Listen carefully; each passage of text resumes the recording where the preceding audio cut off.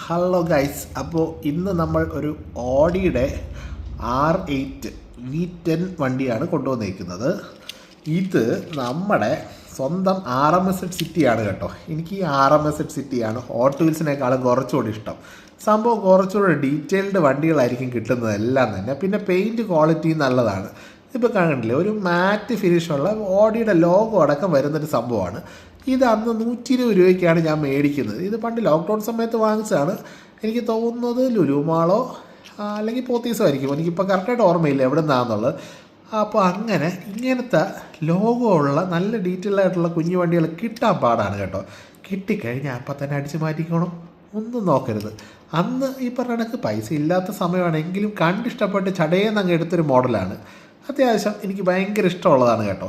അപ്പോൾ toy related വീഡിയോസിനായിട്ട് follow ചെയ്ത് കൂടെ കൂടിക്കോ. ഓരോ ദിവസവും നമ്മൾ ഓരോ വണ്ടി വെച്ച് റിവ്യൂ ചെയ്യും. Take care, by.